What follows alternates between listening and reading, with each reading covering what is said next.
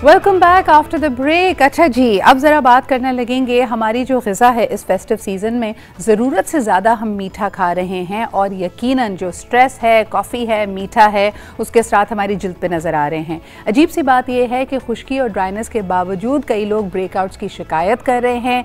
अब ये एलर्जी है, साथ ही साथ मुझे लगता है एलर्जी भी है क्योंकि कई जो हमें गर्म रखने वाले कपड़े हैं वो हमने काफ़ी अरसे से पेटी में या अलमारी में रखे हुए थे और उनको बग़ैर धूप लगाए हम उनको पहन रहे हैं, तो कई लोगों को उसका भी रिएक्शन हो रहा है। ऑल दीज क्वेरीज जो आपने हमें भेजी हैं, आइए देखते हैं कि हर्बोलॉजी और हिकमत की नज़र से इनको हम कैसे सॉल्व कर सकते हैं। हमारे साथ मौजूद हैं हकीम सईद अब्दुल गफ्फार आगा साहब। बहुत बहुत शुक्रिया आगा साहब for making time for us this morning. मुझे ये बताइए कि खुश्क जिल्द और जैसे कहा जाता है कि एक तो ड्राई स्किन है जो कि बाय डिफ़ॉल्ट उसकी मेकिंग ही ऐसी है, लेकिन जो हम खुद पानी ना पीकर और अपनी स्किन का ख्याल ना करके जो उसकी तरफ ड्राइनेस की तरफ ले जाते हैं, इन दोनों की क्या रेमेडीज़ फ़र्क है? नहीं, दोनों में बहुत फ़र्क है जी। जो बाय डिफ़ॉल्ट है ज़ाहिर है कि वो तो एक बिल्कुल डिफरेंट चीज़ है, लेकिन जब हम अपनी गलतियों से तमाम चीज़ों को मैनेज करते हैं तो वो एक हमारा अपना कसूर है। सही। पहली बात है कि सर्दियों में दो चीज़ें बहुत इम्पॉर्टेंट होती हैं। सबसे पहली बात तो ये कि क्योंकि सर्दी है और सर्दी एटमॉस्फेयर में है, हम उस एटमॉस्फेयर में जब सांस लेते हैं तो हमारा जो फेफड़े का हिस्सा है, इनर बॉडी है, इसके अंदर कूलनेस बढ़ जाती है। जब इस कूलनेस के बढ़े हुए हिस्से को अल्लाह का निज़ाम देखता है तो वो इनर बॉडी में सर्कुलेशन ऑफ ब्लड बेहतर कर देता है, बहुत ज़्यादा कर देता है। जब वो अपनी वाइटल हीट को बरकरार रखने की खातिर सर्कुलेशन ऑफ ब्लड बढ़ाता है तो आउटर बॉडी में वैसे ही ड्राइनेस बढ़ जाती है। सही। उस वक्त हमें बहुत ज़्यादा पानी की ज़रूरत होती है और क्योंकि मौसम की वजह से हमें प्यास का एहसास नहीं हो रहा होता, तो इसलिए वहाँ पर इम्पॉर्टेंट बात यह है कि हमें पानी की कमी को पूरा करना है। और एक छोटी सी हिकमत की बात आपसे अर्ज करूँ कि जितने भी ठंडे फल हैं सारे आप देखेंगे कि सर्दियों में आएंगे। जितने सिट्रस फ्रूट्स हैं सारे सर्दियों में आते हैं और ये एक अजीब सा दरमियान में इसके कनेक्शन है। इस कनेक्शन को असल में समझने की शायद ज़रूरत है, अगर उसको समझ लिया जाए तो बहुत अच्छा होगा। एब्सोल्युटली। आगा साहब मुझे ये बताइए कि मुख्तलिफ ट्रेंड्स चलते हैं। हमने देखा कि पहले बात की जाती थी कि मॉइस्चराइजिंग क्रीम्स या कोल्ड क्रीम का इस्तेमाल किया जाए, लेकिन हाल ही में अगर मैं इंटरनेशनली भी देख रही हूँ तो एसेंशियल ऑयल्स का बहुत जिक्र किया जा रहा है। यानी मुख्तलिफ जैसे आपने अभी सिट्रस फ्रूट की बात की, फूलों की बात की, जड़ी बूटियों की बात की, इनके एसेंशियल ऑयल को जिल्द पे इस्तेमाल किया जाए जिसकी एंटी एजिंग प्रॉपर्टीज़ भी हैं एक्सेट्रा। हिकमत में तो रोगन का इस्तेमाल काफ़ी अरसे से किया जा रहा है, तो मुझे बताइए कि what do we need to keep in mind जब इस तरह का कोई एसेंशियल ऑयल हम अप्लाई करें? देखिए, एसेंशियल ऑयल की दो क्वालिटीज़ हैं। एक तो ये कि वो लोकल इफेक्ट क्या करता है और दूसरी बात ये कि उसकी स्मेल से आपकी बॉडी को मैसेज क्या मिलता है। सही। मैं एक छोटी सी मिसाल दूं आपको, जैसे लेवेंडर है। लेवेंडर के बारे में आमतौर पर ये कहा जाता है कि लेवेंडर सुकून पहुंचाता है। सही।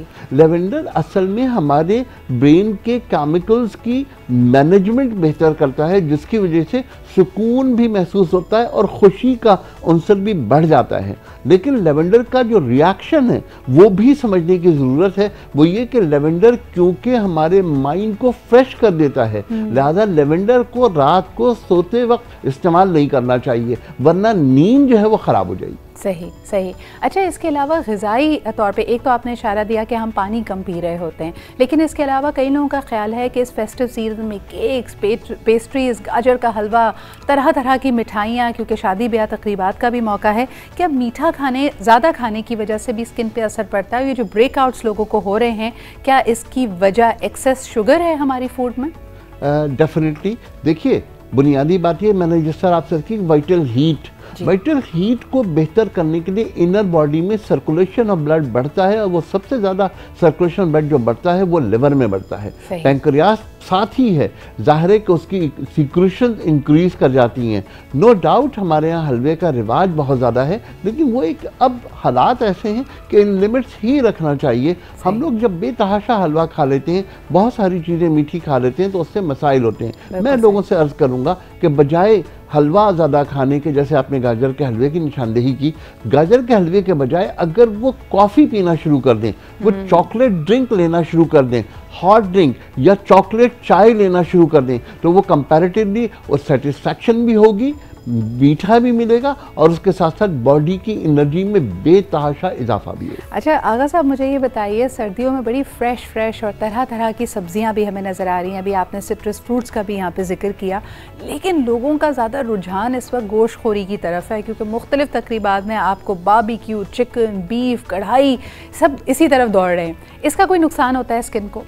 मेरा अपना ख्याल ये है कि ये चीज़ों के आप नाम ले रही हैं जिससे राल टपक रही है, ये तो शायद गर्मियों में भी यही होता है, लेकिन सर्दियों में जो स्पेशल चीज़ है वो वाकई साग है। और मेरा अपना ख्याल ये है कि अगर हम ओवरऑल दी पाकिस्तान देखें तो आम तौर पे साग का रिवाज, मौसम और उसके लिए स्पेशल डिशेस वो हैं ही सर्दी के लिए, और सर्दी में अगर इस्तेमाल किया जाए तो बेहतरीन है। मेरा ख्याल है कि पंजाब में बहुत ही कम लोग ऐसे होंगे जिन्होंने सर्दियों में सरसों का साग और मकई की रोटी ना खाई हो। आम तौर पर वहाँ का ये रिवाज है, और ये जो रिवायतें हैं, मैं हमेशा ये बात कहता हूँ कि रिवायतें ऐसे नहीं बन जाती, रिवायतों को बरकरार रखने के लिए हज़ारों साल चाहिए होते हैं लोगों को समझने के लिए। नस्ल दर नस्ल एक चीज़ चलती है, फिर कहीं जाकर के वह रिवायत बनती है। बिल्कुल, साग, पालक, फलियाँ, कचनार, ये सब जी सर्दियों की सौगातें, इसको ज़रूर एंजॉय कीजिए। आगा साहब मुझे बताएं, आजकल बड़ी गुफ्तगू हो रही है भंग की काश के हवाले से, और यकीनन उस पर बहुत तहकीक भी हो रही है। मुझे बताइए, हिकमत की रूह से अगर देखा जाए तो क्या CBD ऑयल इस्तेमाल किया जाता है हिकमत में? देखिए, बरगे भंग के हवाले से अगर मैं पुरानी तिब के तमाम नुस्खों का जायज़ा लूँ तो डेफिनेटली उसका इस्तेमाल होता रहा है।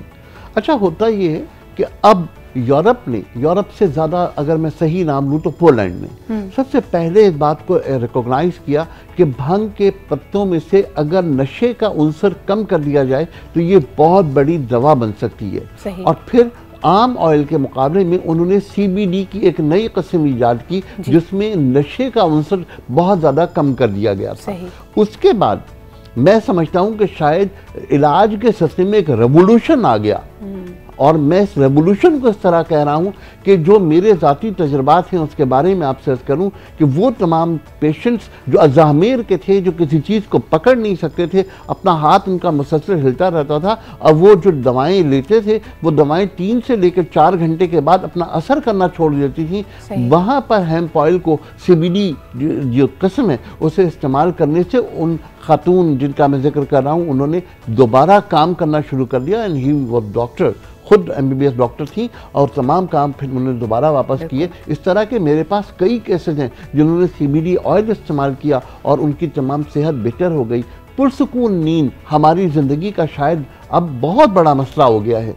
CBD ऑयल के पीने से जो पुरसुकून नींद आती है, उससे मेंटली फ्रेशनेस जो हासिल होती है, वो एक बहुत बड़ी तब्दीली इंसान के जिस्म में ला सकती है। डायमेंशिया के लिए बहुत अच्छी चीज़ है। इवन कुछ लोगों ने बाद में जो तहकीक हुई, और ये UK की तहकीक है कि जिसमें CBD ऑयल को एज द एंटी कैंसर जो है वो मैं यही बात करना चाहती कि कई तहकीक करने वालों ने इसकी तरफ इशारा किया है, लेकिन फिर बड़े लाब्स ये कहते हैं कि it is too early in the research to claim that. लेकिन बहरहाल जी बिल्कुल आगा साहब सही कह रहे हैं कि पॉजिटिव नताइज इवन कैंसर पेशेंट्स पे नज़र आए हैं CBD ऑयल के। So this is the science and technology lead that the country is trying to take. मुझे बड़ी हैरत होती है जब लोग इस पर तमस्खर कर रहे हैं और कौमी भंग पॉलिसी को लेकर उसको सिर्फ मजाक बनाया जा रहा है। This is a very important field जो पूरी दुनिया रिकग्नाइज कर रही है।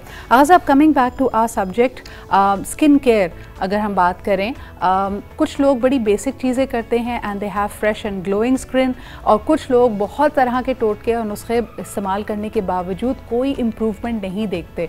तो जो लोग बहुत ज़्यादा दिल बर्दाश्ता हैं कि जी कोई भी चीज़ काम नहीं कर रही है उनकी स्किन पे, आप उनको क्या मशवरा देंगे? And one word of advice you'd like to leave them with. Number 1, बादाम का तेल, सही, और उसमें 10% नीम ऑयल उसमें ऐड कर लीजिए। उससे 2 फायदे होंगे। एक तो रिफ्रेशिंग बादाम की वजह से बहुत ज़्यादा अच्छी हो जाएगी, और नीम की वजह से as the anti fungal and antibiotic, एक असर उसके अंदर आ जाएगा जो बहुत ज़्यादा बेहतर होगा, उसकी स्टेइंग पावर बेहतर होगी। और हमेशा ये जो ऑयल हैं ये हमेशा गीली जिल्द पर लगाने चाहिए, कभी सूखी जिल्द पर न लगाइए। बिल्कुल सही, बहुत बहुत शुक्रिया। ये आमतौर पे कहा भी जाता है अगर आप चेहरा धोकर आएँ, जिस तरह हम वुज़ू के बाद भी कहते हैं कि उसको तौलिए से ना पोंछिए, जो हल्का हल्का जो उसमें तरावट होती है उसी के ऊपर अगर आप ऑयल लगाएंगे तो वो मॉइस्चर ट्रैप हो जाता है और उसके बाद कोई और जगह नहीं होती सिवाय इसके कि वो आपकी जिल्द के अंदर जज्ब हो जाए। शुक्रिया आगा साहब हमारे साथ मौजूद होने के लिए। लेते हैं जी एक छोटा सा break and we'll be right back.